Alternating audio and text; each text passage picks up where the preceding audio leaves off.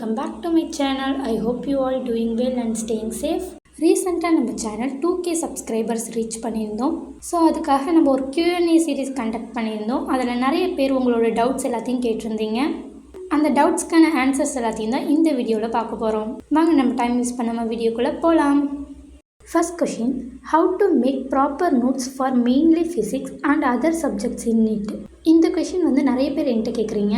ஃபிசிக்ஸ்க்கு நான் என்ன கிளாஸ் பார்க்குறேனோ அந்த கிளாஸோட நோட்ஸை தான் அப்படியே எடுத்து வைப்பேன். போன டைம் ஜைலமில் படித்ததுனால அந்த ஜைலம் நோட்ஸ் அப்படியே கொஞ்சம் லெசன்ஸ்க்கு எடுத்து வச்சுருந்தேன்.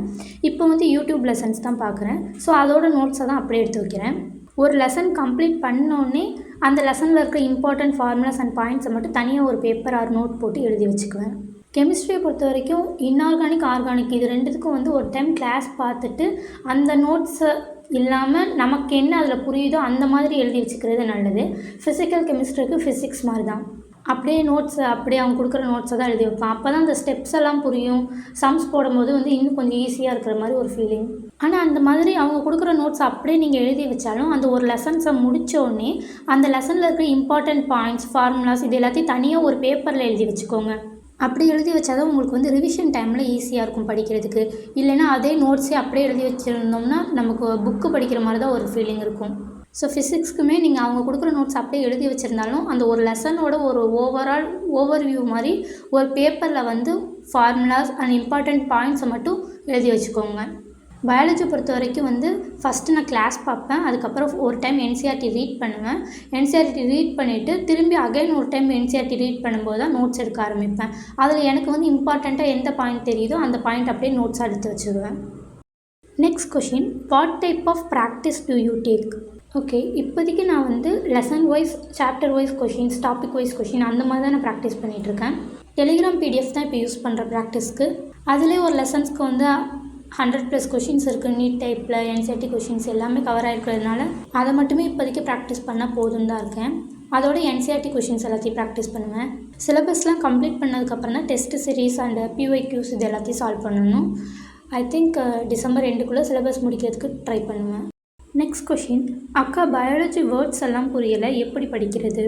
இப்போ தமிழ் மீடியம் ஸ்டூடெண்ட்டாக இருந்து இங்கிலீஷில் நீட் ப்ரிப்பேர் பண்ணுறவங்க எல்லாருக்குமே இந்த ஒரு ப்ராப்ளம் இருக்கும். பயாலஜிக்கு லைன் டு லைன் என்சிஆர்டி சொல்லித்தர மாதிரி யூடியூப் சேனல்ஸ் பார்த்து படிங்க. பயாலஜி சிம்பிளிஃபை தமிழ் அந்த மாதிரி யூடியூப் சேனல் பார்த்து படிச்சிங்கன்னா அவங்க லைன் டு லைன் சொல்லும்போது அதுக்கான தமிழ் மீனிங்கையும் சொல்லுவாங்க. ஸோ அதுக்கப்புறம் நீங்கள் என்சிஆர்டி ரீட் பண்ணிங்கன்னா உங்களுக்கு பயாலஜி ஈஸியாக இருக்கும்.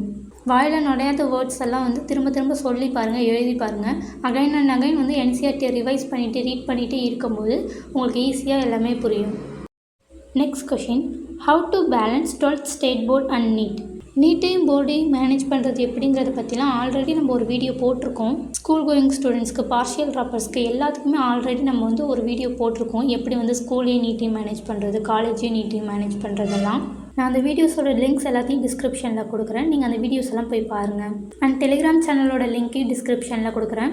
ஜாயின் பண்ணாதவங்க ஜாயின் பண்ணிக்கோங்க. என்னோட நோட்ஸ் அண்ட் அப்டேட்ஸ் எல்லாத்தையும் நான் டெலிகிராம் சேனல்லையும் கொடுப்பேன். அண்ட் நீங்கள் வேறு ஏதாவது எனக்கு தனியாக டவுட்ஸ் கேட்கணும் அப்படின்னா நீங்கள் என்னோடய இன்ஸ்டாகிராம் ஐடியிலையும் எனக்கு மெசேஜ் பண்ணலாம். நான் பார்த்தேன்னா உடனே ரிப்ளை பண்ணுவேன். Next question, while studying I feel demotivated, what should I do? And self control and confidence எனக்கு இல்லை.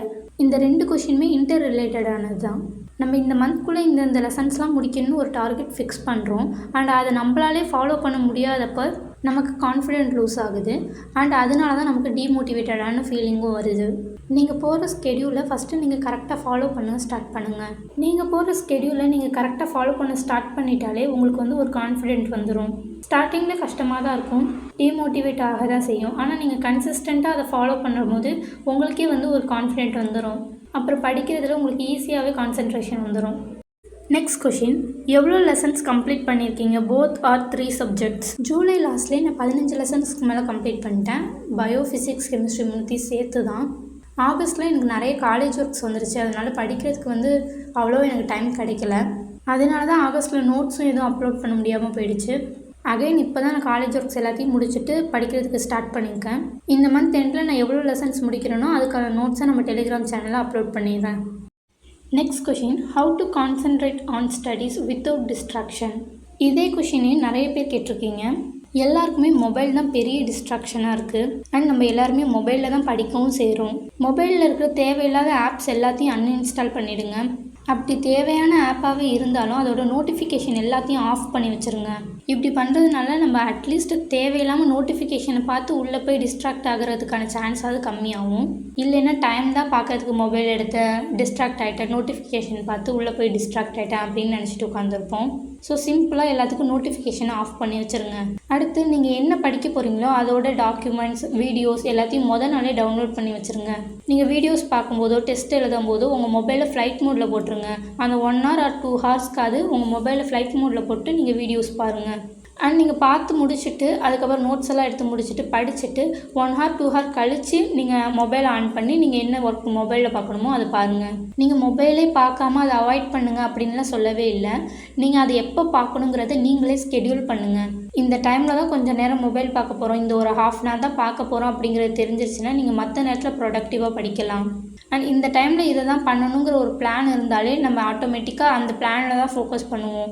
அப்படி எந்த பிளானும் இல்லாமல் படித்தோம்னா தான் நிறைய டிஸ்ட்ராக்ட் ஆகும். ஸோ உங்களுக்குன்னு ஒரு பிளான் வச்சுக்கோங்க. இந்த டைமில் தான் இந்த வேலையை தான் செய்யணும் அப்படிங்கிற மாதிரி ஒரு ஸ்கெடியூல் வச்சுக்கிட்டிங்கன்னா அதுக்கேற்ற மாதிரி நீங்கள் ப்ரொடக்டிவாக ஒர்க் பண்ணலாம். நெக்ஸ்ட் கொஷின், உங்கள் ஜேர்னல் பற்றி சொல்லுங்கள். 10th ஸ்டாண்டர்ட்லேருந்தே நான் டைரி எழுதுகிறேன். பட் அந்த 2019 to 21 எழுதின டைரி, அதாவது நான் 10th to 12th வரைக்கும் எழுதின டைரி எல்லாமே நாங்கள் வீடு மாறும்போது தொலைஞ்சு போச்சு. அதுக்கப்புறம் 22ல் நான் டைரியே எழுதலை. அடுத்து 23யோட லாஸ்ட்டில் தான் டைரி எழுத ஸ்டார்ட் பண்ணேன். அப்போ டைரி இல்லாமல் ஒரு நோட் வாங்கி அதில் எழுதினேன். திரும்பி 2024ல் திரும்ப ஃபஸ்ட்லேருந்தே டைரி எழுத ஸ்டார்ட் பண்ணிட்டேன். டெய்லியும் எழுதுவேனான்னு கேட்டால் இல்லை, ஆனால் ஏதாவது முக்கியமான நாள்லலாம் கண்டிப்பாக எழுதிடுவேன். ஆல்மோஸ்ட் இந்த டைரி தீரப்போகுது, இன்னும் கொஞ்சம் பேஜ் தான் இருக்குது. டைரி எழுதுறதுங்கிறது என்னோடய ஹாபி. பட் எல்லாருமே இந்த ஜென்ரேஷனில் உள்ளவங்க எல்லாம் டைரி எழுதணும். பிகாஸ் நம்மளை பற்றின ஒரு நல்ல அண்டர்ஸ்டாண்டிங் நமக்கு கிடைக்கும். ஸோ முடிஞ்சால் நீங்களும் டைரி எழுதுறத ஒரு ஹாபி ஆக்கிக்கோங்க. அது இப்போ இல்லைனாலும் நீங்கள் கொஞ்ச நாள் ரொம்ப நாள் எழுதிட்டு போயிட்டே இருந்துட்டு ஒரு நாள் உட்காந்து நீங்கள் அதை திரும்பி படித்து பார்க்கும்போது உங்களுக்கு அப்போ அதோட ஃபீல் தெரியும். ஸோ இன்ட்ரெஸ்ட் இருந்துச்சுன்னா 2025 இருந்தாவது நீங்களும் டைரி எழுத ஸ்டார்ட் பண்ணுங்கள். Next question, please tell us how to be brisk while studying.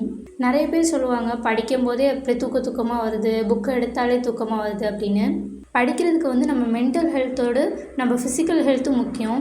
ரொம்ப நேரம் உட்காந்து படிக்கிறவங்களா இருந்தீங்கன்னா கொஞ்சம் அப்படி இப்படி எந்திரிச்சு போய் கொஞ்சம் ஃபிசிக்கல் ஆக்டிவிட்டீஸ் பண்ணுங்கள். ஒர்க் அவுட், யோகா இந்த மாதிரி விஷயங்கள்லாம் பண்ணுங்கள்.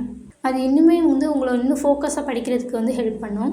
ஜங்க் ஃபுட்ஸ் எல்லாம் அவாய்ட் பண்ணிவிட்டு கொஞ்சம் ஹெல்த்தியான ஃபுட்ஸ் எல்லாம் சாப்பிடுங்க. அது கொஞ்சம் கஷ்டம்தான், இருந்தாலும் ட்ரை பண்ணுங்கள்.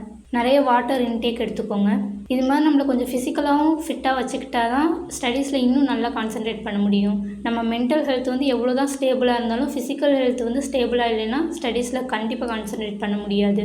ஸோ நல்லா பிரிஸ்காக படிக்கிறதுக்கு உங்கள் ஃபிசிக்கல் ஹெல்த்லேயும் கொஞ்சம் கான்சன்ட்ரேட் பண்ணுங்கள். அண்ட் அவ்வளோதான், நீங்கள் கேட்ட எல்லா கொஷின்ஸ்க்குமே நான் ஆன்சர் பண்ணிட்டேன்னு நினைக்கிறேன். வேறு ஏதாவது கொஷின்ஸ், டவுட்ஸ் எல்லாம் இருந்துச்சுன்னா நீங்கள் எனக்கு இன்ஸ்டாவில் டெக்ஸ்ட் பண்ணலாம், இல்லைன்னா இந்த வீடியோ கீழே கமெண்ட் பண்ணலாம். இந்த வீடியோ உங்களுக்கு ஹெல்ப்ஃபுல்லாக இருந்துச்சுன்னா மறந்துடாமல் லைக் பண்ணுங்கள், கமெண்ட் பண்ணுங்கள், ஷேர் பண்ணுங்கள். அண்ட் இதே மாதிரி நீட் அண்ட் ஸ்டடி ரிலேட்டடான வீடியோஸ் அண்ட் விலாக்ஸ்க்கு நம்ம சேனலை சப்ஸ்கிரைப் பண்ணிக்கோங்க. நான் உங்களை நெக்ஸ்ட் வீடியோவில் மீட் பண்ணுறேன். Study hard, study more, stay tuned, பாய்.